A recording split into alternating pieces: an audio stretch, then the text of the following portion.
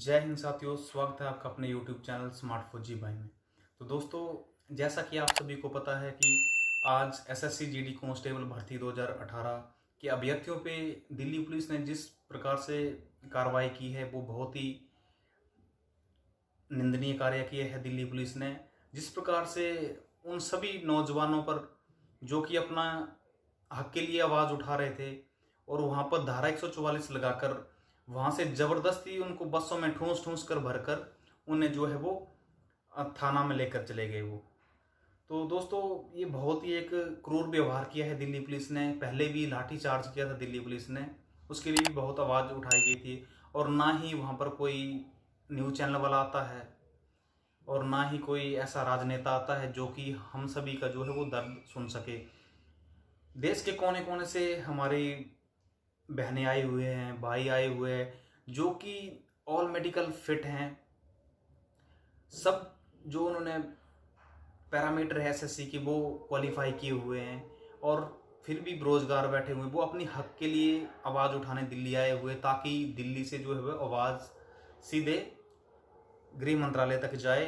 लेकिन पूरा 1 महीना हो गया है उनको वहाँ पर और कोई आवाज़ अभी तक सरकार के कान तक नहीं पहुँची है। या तो सरकार खुद ऐसा कर रही है, सुने को अनसुना कर दे रही है, या फिर कोई और मसला है। तो दोस्तों, जो दिल्ली पुलिस ने आज किया है वो तो एक प्रकार से बहुत ही निंदनीय कार्य है, क्योंकि हमारे जो कैंडिडेट्स थे एसएससी जीडी के वो 14 फरवरी को भी प्रोटेस्ट करने के लिए आए थे, लेकिन वो वहाँ से हटा दिए गए थे। फिर 22 फरवरी को हम खुद थे वहाँ पर, प्रोटेस्ट किया, वहाँ पर लाठीचार्ज हुई। तो फिर से उन्होंने मतलब डराने की कोशिश की है इस बार कि सीधे उनको जेल में डाल दिया जाए, ताकि जो और कैंडिडेट्स है जो घर में उनके मन में जो है वो ये डर बैठ जाए कि दिल्ली पुलिस ने जो है वो कैंडिडेट्स को जेल में डाल दिया। तो दोस्तों, यहीं से जो वो हमारी जो आवाज़ है और बुलंद हुई है, यहीं से बिगुल बजा है। अगर कोई भी एक जो गोदी मीडिया है अगर आज आ जाता तो ये हेडलाइन बन जाती कि रोजगार के बदले हवालात में डाला जा रहा है। तो क्या ये लोकतांत्रिक देश का एक अच्छा नियम है? क्या यही मोदी सरकार जो है वो यही प्लानिंग है उनकी आगे, यही जो उनके मुद्दे हैं वो यही हैं? जब चुनाव आता है तो वादे तो कर देते हैं 2 करोड़ रोजगार देंगे हम, लेकिन जब असलियत सामने आती है तो युवा जो है वो सड़कों पे डोलता नजर आता है। तो हम इसे क्या समझे दोस्तों? जुमलेबाजी की सरकार समझे या क्या समझे? जिस दिन से कैंडिडेट्स जो है वो दिल्ली में धरना प्रदर्शन कर रहे हैं उस दिन से लेकर आज 1 महीना होने को है, लेकिन दिल्ली से ही आवाज मतलब सरकार के कान तक नहीं जा रही है। तो आप सोचो, कैंडिडेट्स घर से ट्विटर कैंपेनिंग करने से कुछ होगा? कुछ नहीं होगा। ट्विटर कैंपेनिंग आपने देख लिया, हैशटैग मोदी रोजगार दो, आज चला था हैशटैग मोदी रोजगार दो, वो वर्ल्ड का टॉप ट्रेंडिंग में रहा है आज भी और पिछले दिनों में भी। जो ट्रेंडिंग था वो ट्रेंडिंग में ही रहा है, मोदी रोजगार दो वाला हैशटैग। तो दोस्तों, लेकिन उससे भी कोई मतलब सरकार को कोई असर ही नहीं पड़ रहा है। जिस तरह से कैंडिडेट्स पे ये लाठियां बरसा रहे हैं, उसके विपरीत किसान आंदोलन जब स्टार्ट हुआ था तो दिल्ली में उन्होंने लाल किले पे जो है वो झंडे तक गाड़ दिए, तब तो इनसे कोई लाठीचार्ज नहीं, वो उल्टा जो है दिल्ली पुलिस पिट के मतलब हॉस्पिटल में बैठी थी। और जो आज हम जैसे युवा पे जो कि बिल क्वालिफाइड हैं, लिखित परीक्षा क्वालिफाइड हैं, शारीरिक शारीरिक दक्षता क्वालिफाइड है, फिर जो फिजिकल है वो तो क्वालिफाई है, उसके बाद मेडिकल रीमेडिकल सब कुछ क्वालिफाई, ऑल पैरामीटर जो है क्वालिफाइड है, लेकिन फिर भी वैकेंसी खाली होने के बावजूद भी वो अपने हक के लिए लड़ रहे हैं। उनको फिर भी पीटा जा रहा है, दौड़ा दौड़ा कर पीटा जा रहा है। तो दोस्तों, ये दिखाता है कि जो बोलते हैं वो करते नहीं हैं। बोलते ना, गर्जंती में गाना बरसंती। तो दोस्तों, जो गरजते हैं वो बरसते नहीं है, वो हिसाब है इस सरकार का। युवा जो है वो आज सड़कों पे है। हमारी मोदी जी से यही रिक्वेस्ट है कि युवा की आवाज़ सुने। हमें आप में विश्वास है, हम सब युवाओं को, और आपको भी युवाओं पे विश्वास है। तो माननीय मोदी जी से हमारी यही प्रार्थना है कि इस मैटर को जो है वो अच्छे से खुद वेरीफाई करें, और जो ऑल मेडिकल फिट कैंडिडेट है, क्योंकि उन पे जो है देश सेवा का जज्बा है, वो देश की सेवा करना चाहते हैं। बेशक आप 1 साल की सैलरी ना भी दें तो हर कैंडिडेट जो है वो खुश होकर कहेगा कि हाँ वो ज्वाइन कर लेगा। देश का जज्बा उन पे, वर्दी पहनने का जज्बा है। बहुत सारे कैंडिडेट्स दोस्तों, मेरा तो दिल दहल जाता है। मैं तो सोच भी नहीं सकता कैंडिडेट्स ऐसे ऐसे विचार भी कर सकते हैं। बहुत सारे कैंडिडेट्स कमेंट्स करते हैं कि अगर ये नौकरी नहीं मिली हमें तो हमारे पास टेररिस्ट बनने के अलावा और नक्सली बनने के अलावा जो है वो कोई, इसके अलावा कोई भी चारा नहीं है। वो डेफिनेटली वो ज्वाइन करेंगे, क्योंकि इतनी मेहनत से उन्होंने यहाँ तक पहुँचे थे। अब उनके पास कुछ भी नहीं बचा है, लोन लेके पड़े हैं, कोई क्या कोई क्या। अब तो घर वालों से ही पैसे मांगने में शर्म आती। तो दोस्तों, जो डकैती, चोरी, गुंडागर्दी को कौन जन्म देता है? ये देती है दोस्तों बेरोजगारी। अगर जिस देश में बेरोजगारी है वहां पर गुंडागर्दी, डकैती सबसे टॉप में होगी। अगर आपके पास धन दौलत रोजगार सब कुछ है तो आप क्यों करोगे चोरी चिकारी गुंडागर्दी? नहीं करोगे ना। तो जहाँ पे रोजगारी बेरोजगारी जो है ना वो इंक्रीज होगी, वहां पर जो है वो चोरी डकैती जो है वो भी इंक्रीज होगी। ऐसे तो बोलते हमने फलाना इनकाउंटर कर दिया, वो कर दिया, ये कर दिया, लेकिन बेरोजगारी तो बढ़ गई, वो डेली बढ़ते रहेंगे। तो मेन मुद्दा है हमारा SSC-JD का दोस्तों। ये जो जेल में डाला है, यहीं से जो है हमें एक नया स्टेप मिला है। अगर आज कोई मीडिया यहाँ पर आ जाती तो हमारा जो मुद्दा था SSC-JD का, वो आज हेडलाइन पे चलता। एक सुशांत सिंह राजपूत, जब उनकी डेथ हुई थी तो 1 महीना भर जो है वो उसकी डिबेट चली थी दोस्तों चैनल पे, गोदी मीडिया चैनल पे जो डिबेट चली थी उनकी, वो यही चली थी कि सुशांत सिंह राजपूत का मतलब इस तरह से मर्डर हुआ है या आत्महत्या हुई है, क्या हुआ है कोई पता ही नहीं चल रहा था। 1 महीना तक न्यूज रहे। ऐसे कई सुशांत सिंह राजपूत जो है वो सुसाइड कर चुके हैं, लेकिन सरकार के कान पर जूं तक नहीं रेंग रही है। तो ये बहुत ही दुर्भाग्य की बात है दोस्तों हमारे देश के लिए।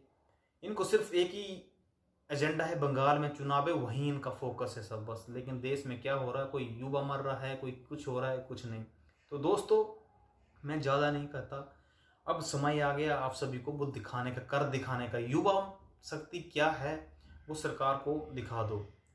किसान आंदोलन का तो ये कुछ नहीं बिगाड़ पाए, वो तो डटे हुए हैं वहीं पे। हम ना उनका समर्थन करते हैं और ना ही उनके पास जाते हैं। हमारा जो मुद्दा है दोस्तों SSC-JD का, वो हमारे लिए टॉप प्रायोरिटी है, क्योंकि हम देश की सेवा करना चाहते हैं। दिल से ख्वाहिश है वर्दी की दोस्तों। 3 साल तक वेट किया आपने। चलो कई कैंडिडेट बोलते हैं कि नेक्स्ट टाइम की तैयारियां कर लेना, ये कर लेना, वो कर लेना। दोस्तों, तो इस भर्ती से जो युवा की जो है वो भावनाएं जुड़ी हुई हैं। आप एक क्लरिकल का जॉब निकलता है या कोई और फॉर्म निकलता है जिसमें सिर्फ एक ही पैरामीटर होता है, रिटर्न निकालो और जॉब आपकी पक्की। इसमें वो वाला सीन नहीं था। इसमें सबसे पहले आपका रिटर्न है, रिटर्न क्लियर किया मेहनत करके। उसके बाद सेकंड पैरामीटर आ जाता है दोस्तों, सेकंड वो आता है आपका फिजिकल। फिजिकल कैसे दोस्तों आपने क्वालिफाई किया, ये आप सभी समझ सकते हैं। कैंडिडेट, वो सिर्फ कैंडिडेट ही समझ सकता, बाकी कोई नहीं समझ सकता है। सुबह उठकर 4 बजे उठकर दौड़ने जाते थे अकेले रोड पे, टांगों में दर्द तक हो जाता था, जो एड़ियां होती थी वो भी दर्द करने लग जाती, नीचे जो पाँव का सोल है वो भी छाले छाले हो जाते थे। 5 किलोमीटर आम बात नहीं होती 24 मिनट में दोस्तों। 1-2 महीने की जो वो प्रैक्टिस करनी पड़ती है लगातार। और जब ये भी क्लियर हो जाता है तो तीसरा फेस आ जाता है दोस्तों मेडिकल। मेडिकल फिट होना भी बहुत बड़ी बात है इसमें। SSC-JD आपको पता होगा किस तरह से आप फिट पाए गए हैं, वहाँ पर कैसे क्या क्या दिक्कतें आई थी आपके सामने। जब तीनों फेस जो है आपके वो क्लियर हो जाते हैं तो कैंडिडेट्स को जो है वो एक लगाव हो जाता है भर्ती से, कि अब तो उनकी जॉब पक्की हो जाएगी, क्योंकि सब पैरामीटर जो है इन्होंने पास कर लिए हैं। लेकिन जब फिर रिजल्ट आता है लास्ट में तो क्या होता है कि मेरिट हाई करके उनका जो है वो नाम बाहर हो जाता है, जितनी वैकेंसीज हैं वो भी फिल नहीं होती हैं। तो आपने जो वैकेंसीज थी उस हिसाब से कैंडिडेट लेने थे ना, तो आपने उन कैंडिडेट का जो है वो टाइम पास क्यों करवाया 3 साल से? या तो आप वेटिंग लिस्ट में रखते उनको, या तो 1.5 गुना ही बुलाते। अगर वहाँ पूरे नहीं हो पाते तो फिर दोबारा लिस्ट निकालते, उसी हिसाब से लेते दोस्तों। ये तो दोस्तों एक प्रकार से छलावा करते हैं कैंडिडेट्स के साथ, जबरदस्ती की 1:3 में ले लेंगे, 1:10 में ले लेंगे। आपको जितनी जरूरत है उसी हिसाब से लो आप। एक अनुपात 3 ले लिया, लेकिन बाद में रायता फैला दिया, इतना सारे बाहर कर दिए कैंडिडेट्स। तो उनके मन में क्या आएगा, 3 साल से मतलब भर्ती के पीछे पड़े हुए थे, कोरोना काल हो गया, 1 साल लंबी खिंच गई भर्ती। अगर कोरोना काल नहीं होता तो कोई भी कैंडिडेट्स जो है दोस्तों वो रोड पे नहीं आते। मेन बात तो कोरोना की है, तो उस चलते सरकार को भी कुछ रियायत देनी चाहिए। तो हम सरकार से अपनी गुहार लगाने आते हैं जंतर मंतर पर, और वो लाठी मार के भगा दिया जाता है। जबकि सुप्रीम कोर्ट जो है वो भी ये मान चुका है कि जो आप अपनी आवाज़ है वो जंतर मंतर पे आकर सरकार तक पहुंचा सकते हैं, लेकिन जंतर मंतर पर क्या मिलता है, लाठियां।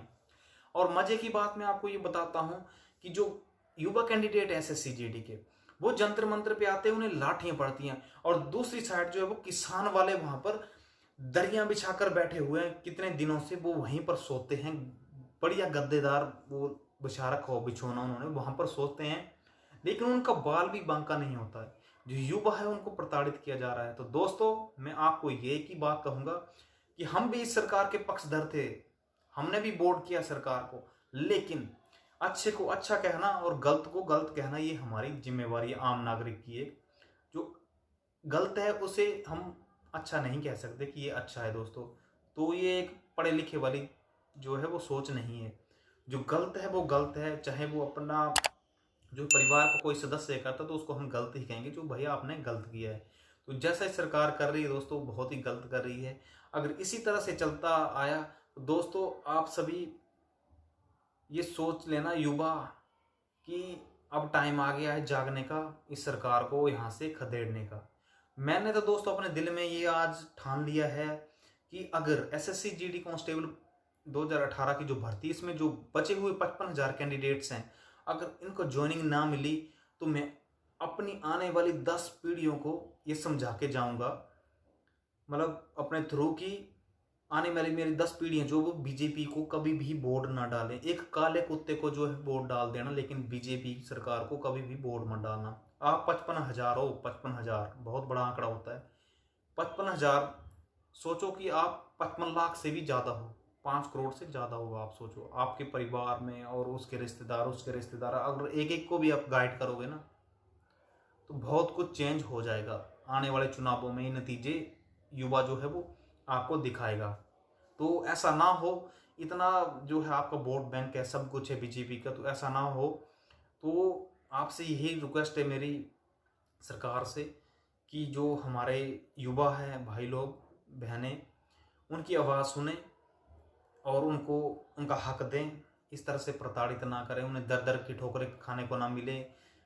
यार देश के कोने कोने से, महाराष्ट्र से, तमिलनाडु से, कर्नाटक से, असम से, मिजोरम से, गुजरात से, फिर जम्मू कश्मीर से, पंजाब से, हिमाचल से कैंडिडेट आ रखे हुए हैं वहाँ पर दिल्ली में। एक एक महीना हो गया उनको प्रताड़ित किया जा रहा है ज़बरदस्ती। और बातें तो हम करते हैं, हमने चाइना को खदेड़ दिया, हमने चाइना हमसे डर रहा है, ये कर रहा है, और बातें करते पाकिस्तान से। हम पाकिस्तान से कंपेयर करेंगे यार अपने देश को, आप सोचने वाली बात है। यूपी जितना देश नहीं है पाकिस्तान, उससे कंपेयर करते हमने जी पाकिस्तान को मुंह के दिखा दी, ये कर दिया वो कर दिया, हमने उनके इतने मार दिए। यार कंपेयर करना है तो आप रसिया से करो, अमेरिका से करो, कंपेयर पाकिस्तान से करते हो, अपने ही मतलब बेइज्जती करते हैं हम। लेकिन जो मेन मुद्दा एसएससी जीडी का, ये तो आज का सबसे ट्रेंडिंग मुद्दा है, क्योंकि दोस्तों जितने भी और भी रोजगार वाले हैं वो कोई भी अभी युवा सड़क पे नहीं है, सिर्फ एसएससी जीडी वाले हैं। क्योंकि यार 3 साल से वेट किया उन्होंने, तो सरकार को इनकी सुननी चाहिए। अगर इस बार सरकार ने ना सुनी ना तो अगली बार के चुनाव में दोस्तों युवाओं से मेरी एक ही अपील है कि पत्ता साफ सीधे, तभी जो है वो कुछ देश का जो है डेवलपमेंट होगा, अदरवाइज कुछ नहीं होगा। जुमलेबाजी के अलावा कुछ नहीं होगा। 2 करोड़ का वादा था, 2 करोड़ 6 साल में भी नहीं हुई दोस्तों। बस आप बाकी आप समझदार हैं, क्या करना है क्या नहीं। माननीय प्रधानमंत्री से हमारी यही रिक्वेस्ट है कि आपको युवाओं पे भरोसा है और हमें आप पे भरोसा है, तो आप इस जो है मैटर पे जो है वो कुछ एक्शन लेंगे। हम आपसे यही उम्मीद करते हैं। जय हिंद, जय भारत, वंदे मातरम।